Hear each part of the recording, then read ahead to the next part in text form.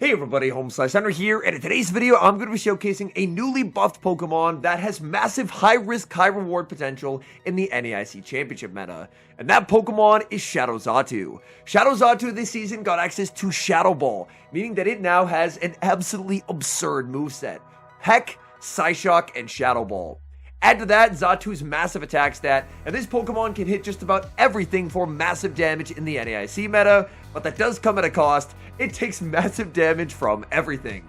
So without further ado, let's hop into the matches, and in game number 1 we pick up a very negative lead, Shadow Galarian Weezing into Hypno. I safe switch into Grumpig, Hypno does not pivot out, and due to Grumpig's faster pacing, I'm able to make Shadow Ball before they make theirs.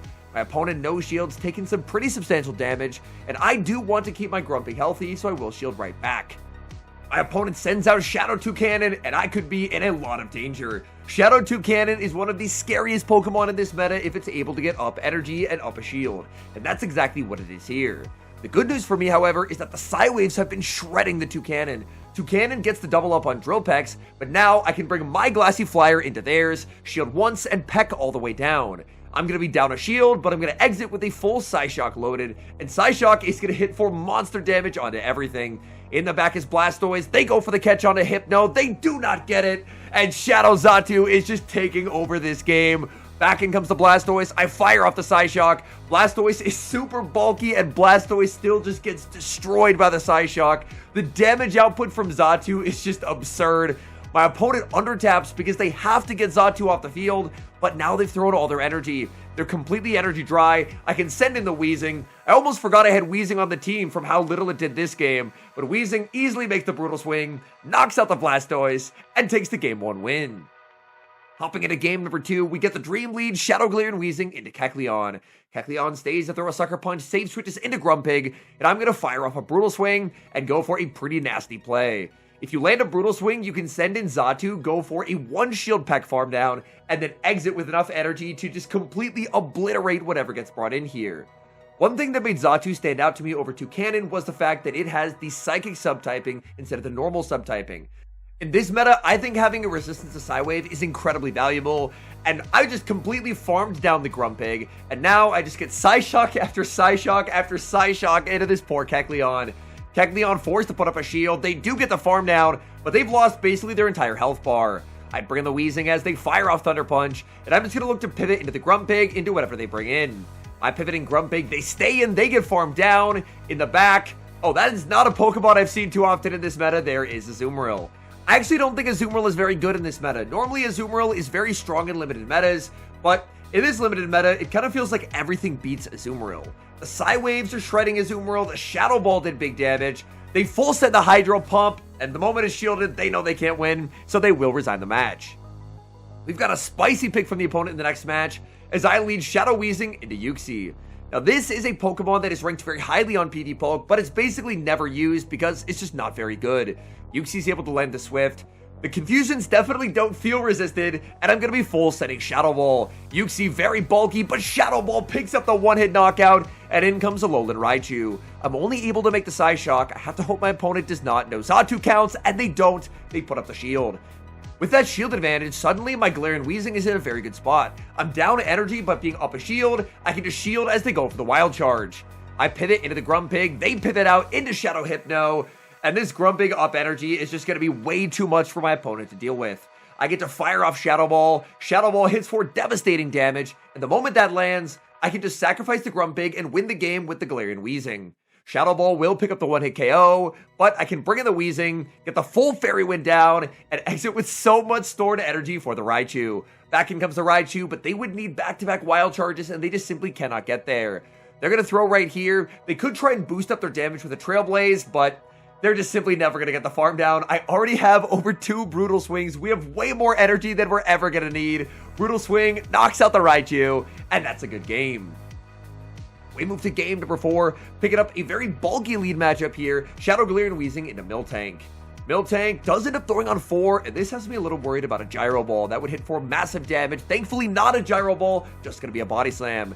The fact that my opponent did end up throwing on alignment there means that I'm able to outpace. Normally, Weezing has to throw on alignment to CMP tie to win the zeros, but now I can just throw on good timing due to the free fairy win that I got. Sludge lands, they get knocked out, and in comes Grumpig. Grumpig looking for a farm down, can't quite get there. I would love to get a shield here. If I get a shield advantage, which I do, I'm sending it to Xatu. Xatu always going to be respecting the Shadow Ball. It's highly likely they bait with Dynamic. Oh no, they actually full set the Shadow Ball. My opponent sends in a Munchlax trying for a Shadow Ball catch. Munchlax, another Pokemon I haven't seen a lot of in this meta, but Shadow Xatu is just going to output way too much damage here. We fire off back-to-back Psyshocks. They're just going to get knocked out here unless they put up the final shield, and the moment they put up the final shield, they have lost to the Grumpig. I can just sacrifice the Xatu, send in the Grumpig, Psywave down, and my opponent should pretty immediately just resign the match. So, in comes the Grumpig. We're just going to get the full farm down here. There's the pivot into the Grumpig, and Grumpig's getting knocked out by the Shadow Ball. There was just simply never a path for my opponent. Shadow Ball takes the knockout. Back in comes the Munchlax. We're going to pivot into Weezing, snipe with the Fairy Wind, and take the win. We see a familiar lead and a welcome lead in the next match, leading Weezing into Kecleon. My opponent's going to throw one Sucker Punch, save switch into Shadow Grumpig, and I fire off the Brutal Swing. I wanted to go for an undercharge there to set up a farm down, but my opponent did end up putting up the shield, so now I can just send it to Xatu. Unfortunately, I won't be able to get the one shield farm down because the Brutal Swing did not land, but I think there's a very real chance that a resistant Psyshock KOs from here. I fire off the Psyshock, Grumpig survives, and this is a test of my counts. Is it Dynamic Punch? I know shield, it's Dynamic Punch, that's double resisted, and we're able to hang on. I'm going to make a Psyshock into the Kecleon, but they don't bring in the Kecleon. Instead, they bring in Shadow Feraligatr. Feraligatr is going to take monster damage from Shadow Ball. They put up the shield, and I should be in a pretty good spot to win this game. I'm bringing the Weezing. They're going to fire off Hydro Cannon, and I'm going to put up the shield.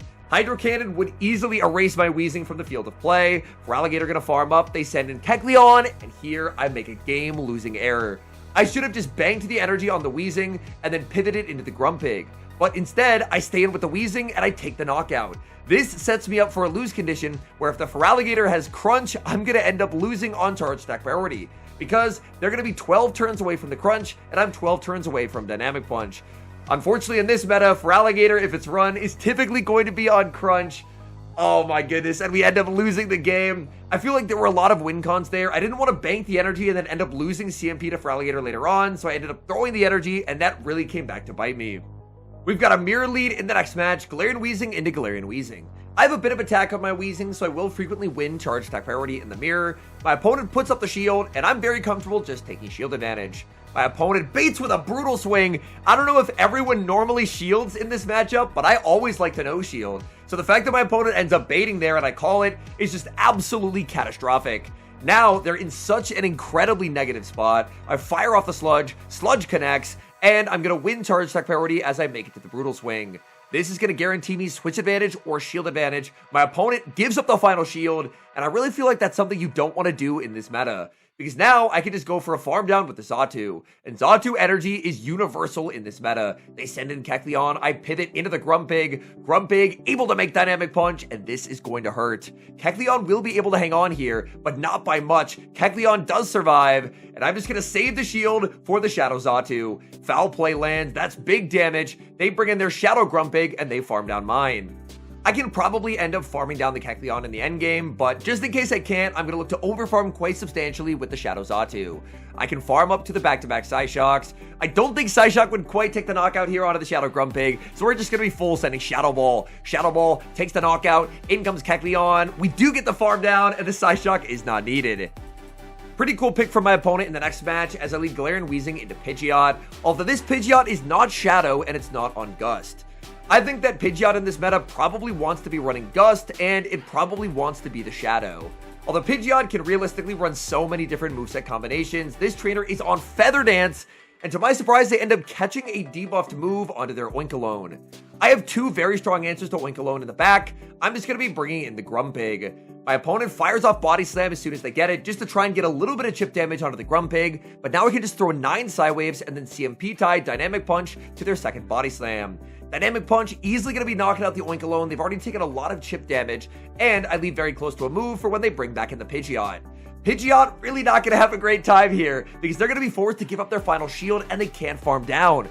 This is where I think Gust would work a lot better, because Gust, they would have a lot more fast move pressure. They're going to fire off Feather Dance, take the knockout, but I have a 2-0 shield Shadow Xatu. My opponent does build up to the Brave Bird. I am going to respect it, even though it's probably a Feather Dance. But no, they full send the Brave Bird.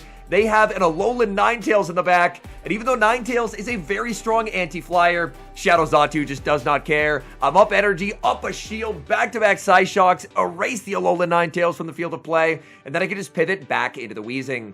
Weezing, 2 Fairy Winds to the Brutal Swing, and that's going to be a win. I think Pidgeot is a pretty cool pick in this meta. I don't think my opponent was running the best moveset ever. I would probably run Gust, Air Cutter, and Brave Bird on the Shadow. We get a tough lead in the next match, Weezing into Grumpig. I save switch into Xatu. My opponent throws energy with the Grumpig, but they only did 12 Psy Waves. It's 13 to the first Shadow Ball, so I know Shield what can only be a Dynamic Punch, and out comes Shadow Duat. I'm going to get back-to-back Psyshocks here into the Duat. And Psyshock, because it's the Shadow Duat, might come very close to picking up the knockout. So I fire off Psyshock number 2, they end up double shielding, and they're going to go for a full farm down. That's basically the only play that they really can make in that situation, is just double shielding and then firing off these Shadow Aqua Tails at my Weezing. Due to the fact that they're Shadow, they will actually be able to pick up the 2-hit knockout, so I'm forced to burn a shield, and at this point, I just want the Duat gone, so I will be firing off the Brutal Swing as soon as I get there. Brutal Swing, easily going to be enough to knock out Duat, and as they send in their Grumpig, I'm going to pivot into mine. I do not get knocked out by a Shadow Ball here, but I'm definitely going to be burning my final Protect Shield. I need to try and overfarm quite a bit to ensure that I can outpace whatever my opponent has in the back. So I farm up right around 1.5 Shadow Balls, and this Shadow Ball will be knocking them out. In the back, they have Sylveon, and this is a very big problem. Sylveon is incredibly spammy. I'm going to need to catch a Shadow Ball if I want a chance to win this game. I predict they're going to do 3 in the move, but they do 2 in the move. And we have unfortunately lost. Sylveon's coverage is too good. Shadow Ball takes the knockout. They make the Psyshock into the Weezing. And that's going to be game over. Xatu was able to get a 2 shield advantage, but unfortunately even that wasn't enough, as my opponent makes a very nice recovery to get the win. We pick up a very nice lead in the next match, leading Weezing into Florges. It felt like a pretty obvious catch attempt from my opponent, so I just overfarm and they end up save switching into a Dunsparce. Dunsparce is a Pokemon that I feel got strictly worse with the rework to Drill Run, because Drill Run does less damage now than it did before, and Drill Run is only cheaper when it comes to pacing on Dunsparce after you throw your 3rd Drill Run. The first 2 are 4-3, and then the 3rd one is 3, instead of last season it would have been 4. So realistically, Dunsparce, in my eyes, just ends up feeling worse, and I would rather just run Miltank in this meta over Dunsparce. Dynamic Punch will deny their energy, they can bring back in the Florges, and Florges should always go for the Trailblaze here to look to boost up their attack. Trailblaze knocks out the Grumpig, I bring in the Weezing, fire off the Sludge, but I get 1 turn bring in, meaning that my opponent sneaks through Confusion on their catch on a Hypno, when in reality they never should be able to sneak there. The one good news is I'm still going to win the game anyway, but that was a little bit frustrating because normally they should have to take 1 turn to get the switch, so they would never be able to sneak. But because I got the 1 turn bring in, that's how they ended up sneaking through the free Confusion on that catch. I go for the Shadow Ball just to guarantee the knockout. Hypno is very bulky. I probably could have gotten away with the Psyshock there, but I just wanted to guarantee it. There's the pivot into Florges, and we win charge stack priority. We knew they were 2 off. We see a P-tie, and Shadow Psyshock is just too threatening. It pressures away the shield, and now I can just pivot back into the Shadow Glared Weezing and actually land a Sludge onto the Florges. Even if they no-shielded the Psyshock, the damage was already done. It just hits way too hard. Sludge takes the knockout. Back in comes the Hypno. Now I could throw the Brutal Swing, but this is the Xatu video. We're going to let Xatu get the final knockout here. Thunder Punch knocks out the Weezing, but Xatu snipes down with the Peck and gets the win. Great lead in the final match. Shadow Glare and Weezing into Shadow Kingdra. The Kingdra not pivoting out just yet. They're going to bank energy, save switch into Grumpig, and I have a very good response available for this Grumpig. I fire off the Brutal Swing, and then I'm just going to go for my signature 1 shield farm down with the Shadow Xatu. The Psy Wave resist so incredibly clutch for this matchup. They full set the Shadow Ball, and this farm is about to be absolutely brutal. I know back-to-back Psyshocks loaded. They do have energy stored on the Kingdra, but importantly, they do not have enough for the Surf. They just have a Swift. Back in comes the Kingdra. They don't end up firing off their energy here, so I should be able to get the back-to-back Psyshocks. They will now have enough energy for the Surf, but this is going to come very close to knocking out. Psyshock lands, Kingdra barely hangs on, and in the back is Hypno. At this point, all I want to do is go for the Xatu sweep, and I'm putting up the shield. I can't go double Shadow Ball, I will get outpaced. I'm going to have to go for the Psyshock bait. But my opponent seen how much damage Xatu does, I think I can get a shield here. Psyshock bait gets the shield. Xatu makes the Shadow Ball on charge attack priority, and Xatu is going for the full 1v3. Down goes Hypno, down goes Shadow Kingdra, and that is a good game. Shadow Xatu, to me, honestly felt a lot better than I expected. It's a very difficult Pokemon to run, very similar to Shadow Toucannon, where you're going to have tremendous upside, where if you're able to set it up in a position where it's able to get an energy advantage or shield advantage, it's going to be very difficult for your opponent to remove from the field of play. But the reverse is also true. Shadow Xatu, in a scenario where it's down energy or down shields, is really going to feel like a massive liability. When it comes to the team that I built around Xatu, I think Xatu plus Galarian Weezing is a very, very strong duo. However, if I ran the team back again, even though I did go 7-3 across the 2 sets that I played with the team, I think I would probably sub out Grumpig for a normal type. I think being double weak to Sucker Punch in the back ends up being a bit too risky having double Psychic, just because if your Weezing ever gets low and your opponent has a Kecleon in the back, you're just going to get ruthlessly swept. There is going to be nothing you can do because you're just taking super effective from Sucker Punch on both Pokemon. I think that Shadow Xatu is absolutely a Pokemon that could day 2 at the North American International Championships. Now, I'm recording this video a bit ahead of time, so this video will be posted while I'm away down in New Orleans as one of the broadcasters for the NAIC event. But I think Shadow Xatu is a bit of a sleeper pick in this meta. Much like Toucannon, it's very high risk, high reward, it's super frail, but if you're able to learn the matchups, like especially that Brutal Swing into the one-shield peck down, this Pokemon can completely run away with games. So I don't think we'll see a lot of Shadow Xatus used in New Orleans, but I think if a good player ends up bringing Xatu and plays it well, I think Xatu could be an absolute nightmare for opponents to deal with. One thing that I have really enjoyed about the NAIC meta is compared to the LAIC and EUIC metas that we had earlier in the year, this definitely feels like less of a solved meta and more of an open meta, where you can run a wide variety of Pokemon and have success because there's a lot of really viable options. Whereas in EUIC and the LAIC metas, I really felt like there were 5 to 10 good Mons, and outside of that, running anything other than those Mons would put you at a competitive disadvantage. So this definitely feels quite different to those other international championship metas. I actually ended up really liking those other 2 metas, just because I felt they were very skill intensive, because all the Pokemon were very flexible, at least among the good Pokemon, and they all had play into each other. But just for variety's sake, I think it's cool to have a meta where you can run a Pokemon like Shadow Xatu and end up going very, very positive in the sense that you play with it. Thank you guys so much for watching today's video. If you enjoyed watching content like this, please do leave a like on the video and make sure you're subscribed to the channel if you have not. And an extra special thank you as always to our channel members here on YouTube. The support you guys provide to the channel is so appreciated. So thank you guys oh so very much. And until next time, I've been HomeSliceHenry.